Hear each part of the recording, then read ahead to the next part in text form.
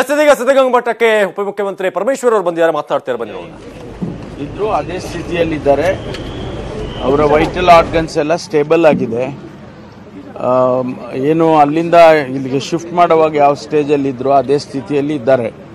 ನಾವೆಲ್ಲ ಆಶಾವಾದಿಗಳು ಅವರು ರಿಕವರ್ ಆಗಲಿ ಅಂಥೇಳಿ ನಾನು ಪ್ರಾರ್ಥನೆ ಮಾಡ್ತೇನೆ.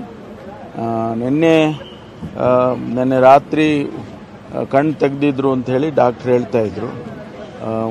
ಅದರಿಂದ ನಮಗೂ ಕೂಡ ಇನ್ನೂ ಹೋಪ್ಸ್ ಇದೆ.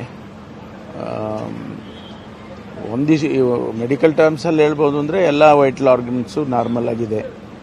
ಯೂರಿನ್ ಔಟ್ಪುಟ್ಟು ಅದೆಲ್ಲ ಡೀಟೇಲ್ಸ್ ಎಲ್ಲ ಅವರೆಲ್ಲ ಡಾಕ್ಟರ್ಸ್ ಎಲ್ಲ ಚೆಕ್ ಮಾಡ್ತಿದ್ದಾರೆ. ಅದೆಲ್ಲ ನಾರ್ಮಲ್ ಆಗಿದೆ ಅಂತ ಹೇಳಿದರು. ಹೌದು, ನಾನು ಡಾಕ್ಟರ್ ಶಾಲಿನಿ ಅಂತ ಇದ್ದಾರೆ, ಅವ್ರ ಜೊತೆ ಮಾತಾಡಿದೆ. ಅವರೇ ಅಲ್ಲಿ ನೋಡ್ಕೊಳ್ತಾ ಇದ್ದಾರೆ.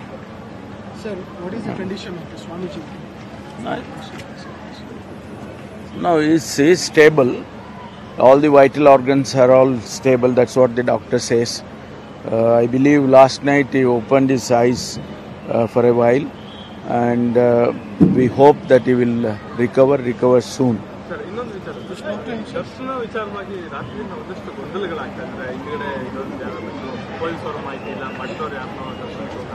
ಇಲ್ಲ ಯಾರಿಗೂ ದರ್ಶನಕ್ಕೆ ಬಿಡೋದಕ್ಕೆ ಅಲ್ಲಿ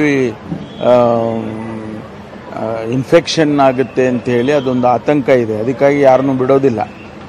ಈಗ ನಾವು ಒಳಗಡೆ ಹೋಗ್ಬೇಕಂದ್ರೂ ಕೂಡ ನಮಗೆಲ್ಲ ಮಾಸ್ಕ್ ಹಾಕಿ ಎಲ್ಲ ಸ್ಯಾನಿಟೈಸ್ ಮಾಡಿ ಕಳಿಸ್ತಾರೆ. ಒಬ್ಬರೇ ಯಾರಾದರೂ ನೋಡಲಿಕ್ಕೆ.